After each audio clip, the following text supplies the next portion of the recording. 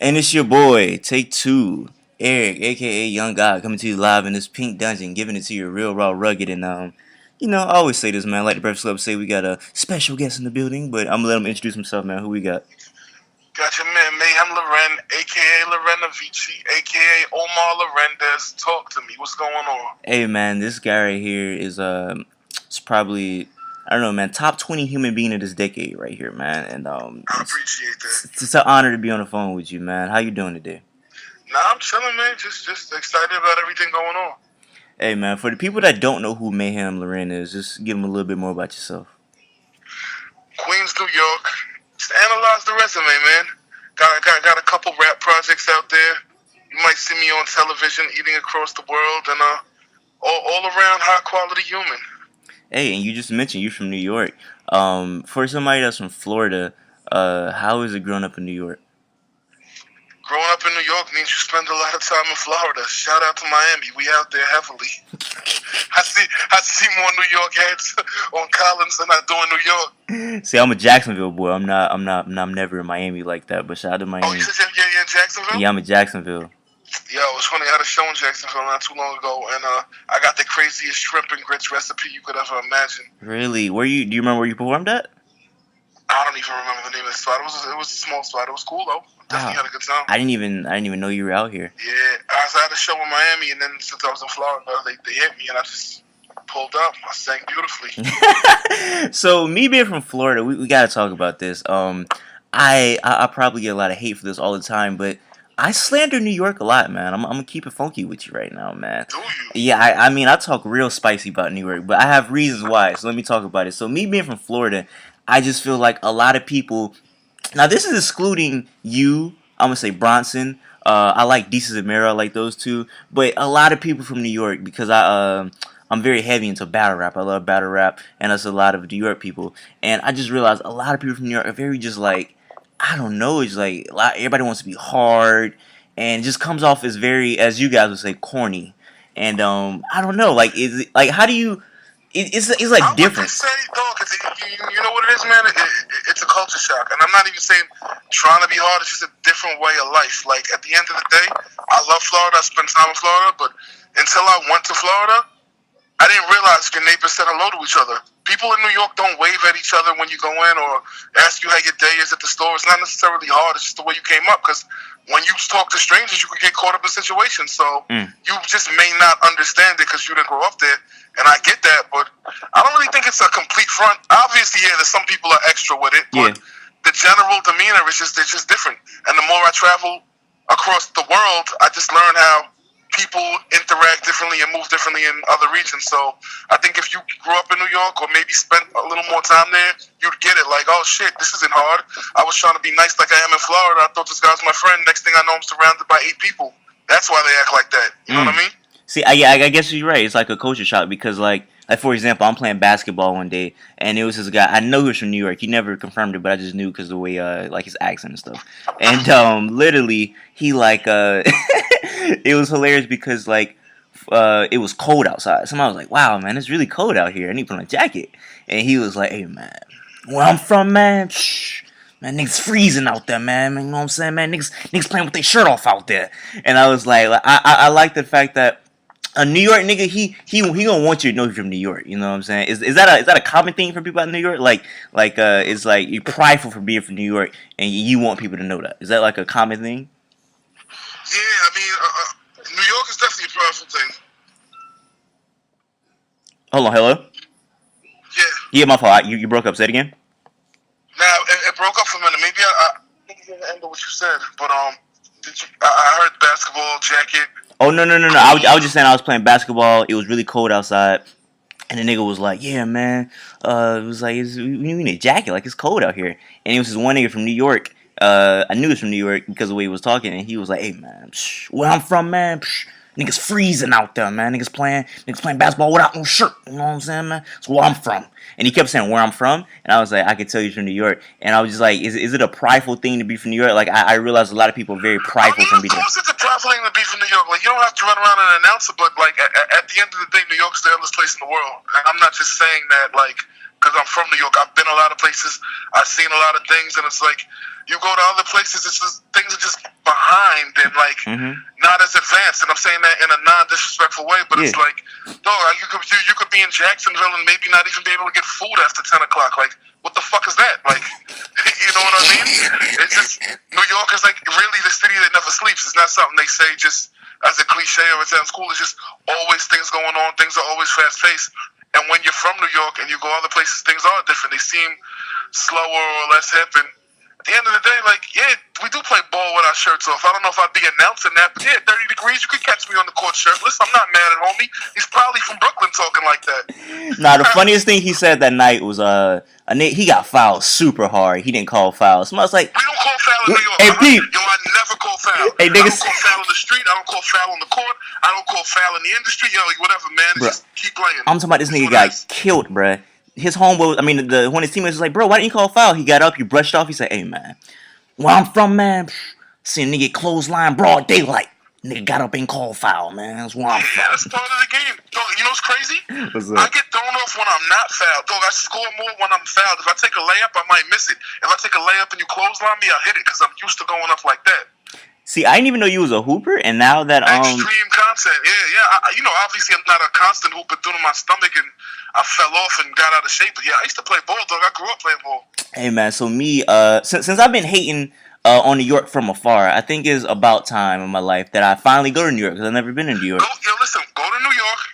And don't just chill for a week. Chill for like a month. And don't chill in Times Square. Don't just chill in Williamsburg. Go all around New York. Explore New York, dog. I'll help show you New York. And you'll get a full understanding of everything that you might hate or not get. Now, what I was going to say is, when I go to New York, we might have to have a little one-on-one hoop session, you know what I'm saying, with the shirts off 30 degrees weather, you know what I'm saying? I feel like that's only appropriate. More than likely, you'll win. I'll tell you, maybe if it's like, if we play game by time, if we play 3 minutes, I'll probably bust your ass, dog. I'm only good for 3 minutes, though. After that, you're going to win. My stamina is horrible, so we can do a little quick 5-minute, 3-minute game. Quick game to 5. We got it. We'll figure it out. And I mean, just to, I guess, talk about you a little bit more before we get into the music. Just so people understand you better, because I like to, understand people better, talk to them like people. What are things that interest you outside of music? You're big into the eating food and things like that, as we see on Fuck That's Delicious. I mean, I guess I like arts in a certain way. When I say arts, I mean music, food, fashion. Like I'm very into that. I'm intrigued by it. I don't do regular shit. Like not like I'm this ill dude to look down on things, but I mean I never liked bowling, playing pool, going to the movies. Like I don't like that shit.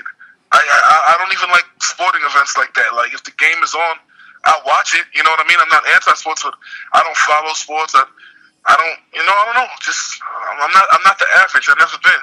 See, I was definitely finna ask you, like what type of shows or movies are you in? But you don't even. You say you like movies and TV like that. There's movies that I like, but I usually watch them in the crib. And it's funny. Last night, for no reason, I just watched Death Wish 2. I haven't seen that. And I haven't seen that in a while. All the Death Wish movies are crazy, dog. Like they aged well too. I don't know. When you get a chance, watch Death Wish 1 through 5, and change your life. I definitely will. Watch Death Wish, and you see New York in the '80s, and you'll understand more about where that demeanor came from. Well, I mean, I guess if we're, referencing movies or recommending movies and, talking about understanding culture, are you familiar with Snow on the Bluff? Snow on the Bluff's a great movie. That movie's a classic, man. That's my shit right there. That's what I mean. I watch certain things, but, that's like in the crib watching it, Okay. So basically you say you're into, what was the art you said? You said food, music, and one more? Oh, fashion. I'm very much into clothing. Even certain shit that I wouldn't rock or it's not my style in particular, it does interest me. Like I like to be up on the latest fashion, classic things, the history of fashion. Like I'm very much into it. When did it happen? You always like that as a kid? Yeah, since a kid. Just I always my parents were always well dressed, and they had friends that wore eccentric outfits. Like my father used to come through with minks and all that, gators. Like they're from uptown. You know what I mean? They got a certain flair to them. And then I got just engulfed with the whole polo thing, and Polo just brought on other high-end stuff, Gucci, Louis, and like I said, even shit I don't wear, I appreciate it. I'm into craftsmanship, fabrics, materials, and I like clothing. I named myself Loren. Come on. I didn't That's even how much I like clothing. I didn't even peep that, to be honest with you. Not like it just kind of like went over my head. I didn't even catch that. That's fire. Yeah. But I mean, just talk about eccentric stuff. I feel like three of the most eccentric people on Earth at this moment are you, Bronsolino, and Big Body, and just eccentric in the I way agree. like the way like the wavelength that y'all mind are on sometimes. Like this nigga Big Body said he pulling up on a Puerto Rican horse. Like that's crazy. Yeah, Like but he means that you might see Body right now in East New York in somebody's backyard riding a Puerto Rican horse. I'm not joking. that's crazy. And I just like where did that come from? Like where does this eccentric mind thinking come from you three? Like it's crazy. You know, the greatest place in the world that you don't fully understand. I'm gonna have to come there now. I'm gonna have to come there so I can, retract all my slandering statements, man. I'm gonna Nah, have you to. don't have to retract it. You just understand, like Queens in general, right? Queens is the most diverse place in the world. You can look this up, like in terms of culture, language, foods, and like. So when you grow up in Queens, you really grow up learning everything. Like, yo, my main man's Albanian, my other main man's Dominican, like Colombian, black, white. We all grew up together, all different cultures, all different foods, all different ways of life. So it's just ill to grow up there. You just learn a lot. Yeah, All those cultures meshed comes the New York culture, which is a little bit of everything. You know what I mean? yeah. I'm gonna keep it clean. One thing about Florida that New York definitely has upon it. I mean, definitely has like one up on is the culture. I mean, going around in Florida, I mean, you know about five cultures at the most. You know what I'm saying, man? Yeah, at the most. At Trust the me, I know. most. So like I know y'all got like literally every freaking ethnicity and race you can possibly think of. So Yep.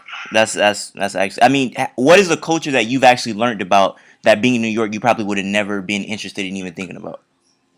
I mean, shit, Albanians for one. You know, ask my main man, Body's fucking family.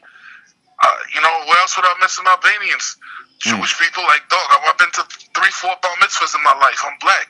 You know what I'm saying? Crazy. Like, Dominicans, Colombians, like, Puerto Ricans, like, that's just who I grew up with. Filipinos, like, all that. Like, Russians, Indians, like, for real, it really is the melting pot, and I love it for that.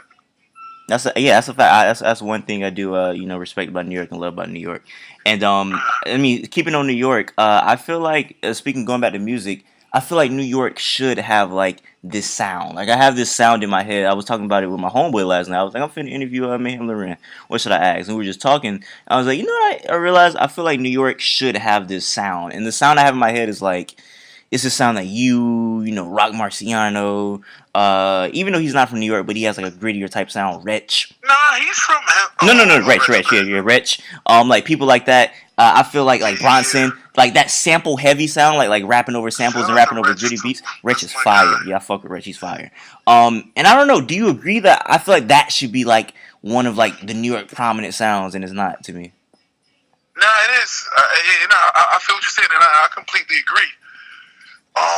That's just what I try to do. Like, I can't speak for everybody else, and I don't look down on other sounds or other type of music that people do. With me, when I stick to tradition when it comes to my music. Like, of course, as a musician, every now and then you go out the box, you try other things, but for the most part, 85% of what you hear from me is gonna be that sound. And what brings you to that sound so much? Like, why does that sound resonate with you so much? It's kind of what I was raised on. It's what I grew up musically, and then it's what I grew up just environmentally. Like, that sound is a reflection of New York, at least New York at a certain time. New York has changed a lot, but, I mean, it's what I know. I'd be reaching to do something else. Like, and I mean, that sound, yeah, and that sound is a lot of like, like older type samples or whatnot. And, I mean, you might fuck around, hear a 70s soul sample on your track. And that makes me think, because I always like to ponder this in my mind. It's like, it's 1A, 1B with me, and I try to figure out which one is better, because I feel like these are the most best, I guess, two time periods in musical history, and that's 70s soul music and 90s R&B. So for you, which one would you pick? I'm not. It's probably a mixture of all of it, to be honest. You say it's a mixture of all of it? You say it's a mixture of all of it? Okay. Yeah, everything plays a factor. That's a fact. And I think it's time to talk about how I was sleeping on you. I was sleeping big time on you. I definitely heard you rap a lot of times before, but what really caught my eye was your verse on Blue Chip 7000. I think that verse is probably the best feature of 2017. Like Niggas, what you said? Suicide doors, bipolar necklaces. It's Yeah, crazy. yeah. That's crazy, man. You I said, was in the zone with that one. yo, you're historical. You the type to compliment a rollie at the urinal. That's based off a true story too. Talk about it, please. Let's talk about it. I was out at the club one night. I'm chilling. Oh man, dude compliments my watch like 3 times, and I'm just like, I'm twisted. I'm like, whatever. I'm gonna say, yo, good looking. Then I'm like, hold on, dog. I'm taking a piss. What the fuck? I have to punch him in the face. Did you know him or no? Nah, I didn't know him. It was crazy. This is years ago. This is literally 10 years ago. But I was just thinking about that story, and I'm like, that's something funny to throw in a verse. Like, he was obviously complimenting more than the watch. I'm like, yo, this is an odd thing, and I just caught on, and I just looked at him. I had to rock him and leave him. He just walked out the. I'm hygienic. I definitely washed my hands, but I left him there. His friends probably found him or something. It was crazy. Wow, and this is in the club. Yeah, it's in the club. That's wild. Oh, Yeah. that verse is literally every bar is a quotable, man. What was the continent bar? I'm the type to see a continent and explore a few. And explore a few, yeah. That's and then that bar. I mean that verse right there opened me to go listen to like the rest of your music. And one song in general, or one song in specific, caught my eye just because the beat literally almost made me shed a tear because it was just so beautiful. And I realized it was a Harry Fraud beat, and it's the bonus round. That song there. Yeah, nah, bonus round is crazy. That song is That whole project is crazy. different. It's slept on. Yes, that's a fact. Piazza That's a fact. Yeah. What's the meaning behind that title? Because I didn't. I didn't. Piazza it's a plate of gold in Italian. Basically, just a plate of gold. That's why the cover was literally a plate of gold. Pulled a couple Cubans out, pulled out a Versace plate, took a picture. So I'm just using it as like an analogy. Like my music is a plate of gold. Like everything I do is golden. Yeah, that's crazy. That whole album is golden, and then your verse on that song and Bronson and everybody just went over it. Marciano, he's underrated. It's just Marciano's a champion. Yeah, man.